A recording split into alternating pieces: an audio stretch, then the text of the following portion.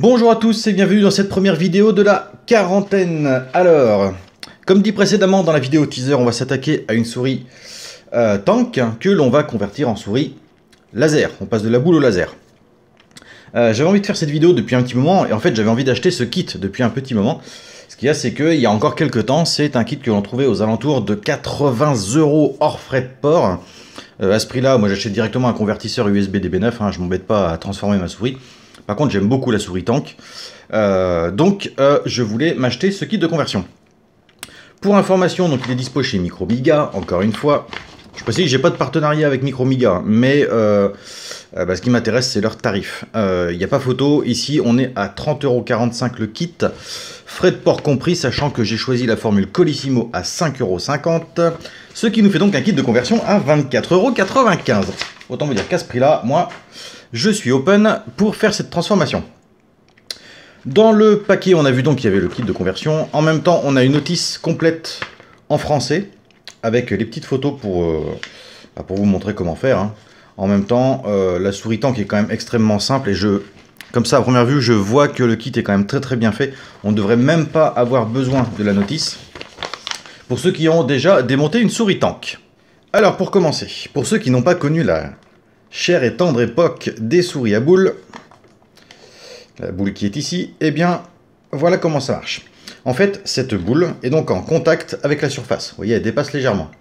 Quand vous vous déplacez, la boule tourne et fait tourner des rouleaux, que l'on verra tout à l'heure, devant des... Je crois que ce sont des lumières, je ne pense pas que ce soit des ultraviolets, des infrarouges, pardon. Et donc en fait, il va y avoir un système de calcul pour calculer combien il y a de rotation et à quelle vitesse. Et donc, retransmettre ça au curseur sur l'écran. C'est hyper schématisé, mais en gros, c'est ça. Le problème, c'est quand on utilise une surface autre chose qu'un tapis de souris, et même parfois un tapis de souris, eh bien, la souris s'encrasse. D'ailleurs, on va avoir un bon exemple, parce que je vois qu'il y a de la poussière à l'intérieur. Donc là, ça, c'est la boule que j'utilise depuis très longtemps, donc là, elle est très propre. Si jamais vous en avez une, vous n'hésitez pas, si vous voyez qu'elle est sale, vous la trempez dans l'eau très chaude, avec du produit vaisselle, et vous frottez. Voilà, et vous aurez une boule bien propre. Concernant l'intérieur de la souris, alors, ici, on a deux vis. Tac, qui s'enlève très facilement. Au niveau de l'outillage pour cette intervention, hein, un simple tournevis cruciforme suffira.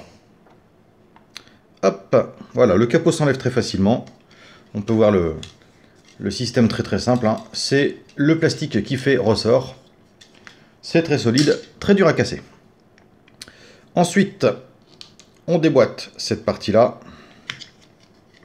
On défait la prise qui est ici. Tac, normalement ça vient très simplement. Et il nous reste un fil de masse qui est soudé ici. On va regarder sur le schéma s'ils en tiennent compte. Donc d'après le schéma, on n'a pas besoin de conserver le fil de masse. Il est précisé qu'on doit simplement le couper et l'isoler. Ça limite encore une fois le nombre d'outils à utiliser, puisque là on n'aura pas besoin du fer à souder. Par contre on a besoin d'une pince coupante. Donc on va retirer maintenant les deux petites vis qui sont là. Voilà, et on peut enlever le système. Voilà. Donc là, ça c'est la souris que j'utilise principalement quand je fais mes tests ou quand je joue. Et on voit toutes ces traces de poussière qui sont accumulées à l'intérieur, vous voyez. Et c'est ça qui va bloquer le système en fait. Ces espèces de petites poussières. Donc là, on a les fameux rouleaux ajourés qui sont ici et qui sont traversés par une lentille. Est-ce que je peux l'enlever? Je pense que la lentille doit se trouver à ce niveau-là, là et là. Et donc en fait, le faisceau traverse le disque ajouré. Et donc ça permet de faire un comptage pour le déplacement. Donc, moi j'aime pas couper les fils. Et je tiens à conserver ce système puisque la souris est en parfait état. C'est une souris que j'ai restaurée il y a très peu de temps en fait, hein, il y a à peu près un an. Donc je vais conserver le système complet. Donc je vais le dessouder, je ne vais pas le couper. En plus j'avais changé les switches. Elle est toute belle, toute neuve.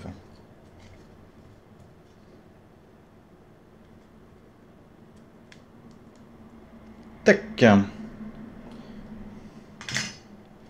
On va pouvoir ranger cette petite PCB et elle servira pour une autre souris tank qui sera dans le besoin. Alors, on laisse tomber le fil pour le moment. on passe à la partie inférieure de la souris.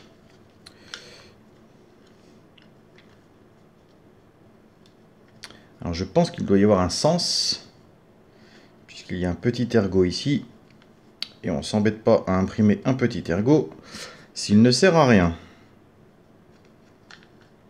toute façon, je pense qu'il y a un détrompeur. Voilà, on peut pas se... Il y a un détrompeur, on peut pas se tromper. Hop. Donc voilà, ça permet de fermer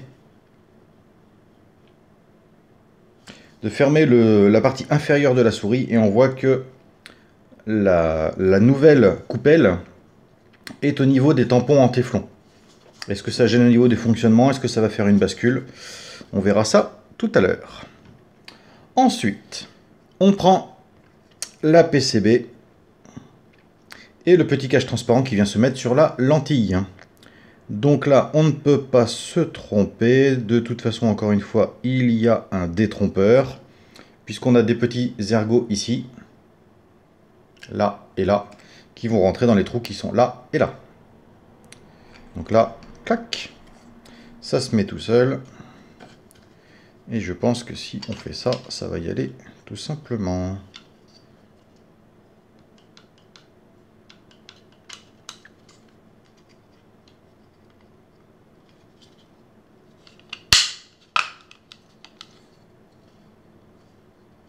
Ok. Ça s'emboîte parfaitement, hein. Par contre, effectivement, on pourra noter un petit effet de bascule dû à l'épaisseur de la coupole. Ouais. Oh, c'est pour chipoter, hein. Mais dans l'absolu, je pense que je vais découper les tampons en téflon, mettre un bout de double face dessous pour les rehausser, pour que vraiment la souris appuie sur le téflon et pas sur la coupelle. Oui, ça c'est vraiment dommage. Bon, je chipote. Ensuite, on a deux rehausses. Bon, bah, je suppose qu'elles vont là, hein. Voilà, je pense que c'est pas plus compliqué que ça. Et à mon avis, on réutilise les deux petites vis noires.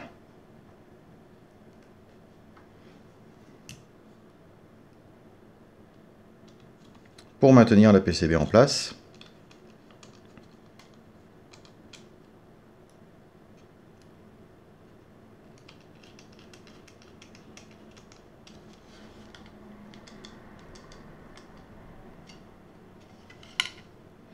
Alors attention à ne pas serrer trop fort, puisque ça c'est de l'impression 3D. Et on voit que le plastique est quand même assez souple.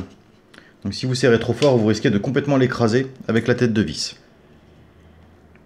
Donc, hop là. On va prendre un petit bout de gaine thermorétractable. Et on va isoler le moins.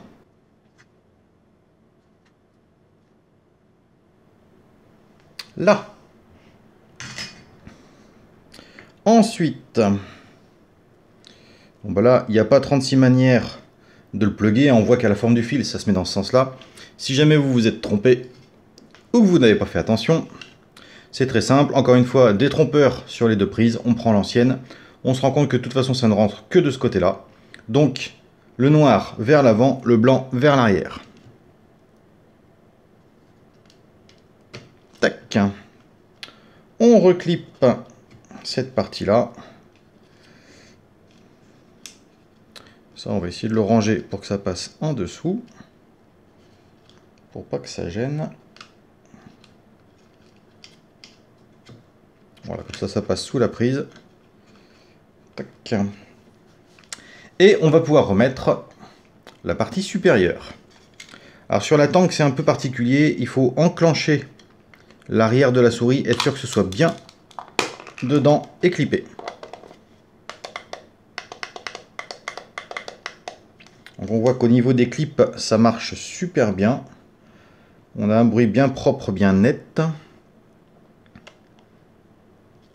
Des fois, on a des souris qui sont pas super bien moulées. Et du coup, ça s'entend. Quand on clique, la partie contact qui vient appuyer sur le switch, on a l'impression qu'elle passe à côté. Hop. Voilà. Donc, la souris est maintenant transformée en laser. Il ne reste plus qu'à la tester. Alors, maintenant que tout est installé, j'utilise un tapis de souris qui est celui de mon Amiga d'époque, hein. C'est mon vieux tapis de souris de 94. Donc c'est des tapis qui étaient conçus vraiment pour les tapis, pour les souris à boules. Et là, moi, ce que je vois à l'écran, c'est que c'est absolument super. Je vais tester sur mon genou, puisque ça nous arrive aussi d'utiliser notre souris comme ça. Ça répond parfaitement. Alors, j'espère que vous voyez bien le curseur. Voilà. On peut voir que le mouvement est très très bon.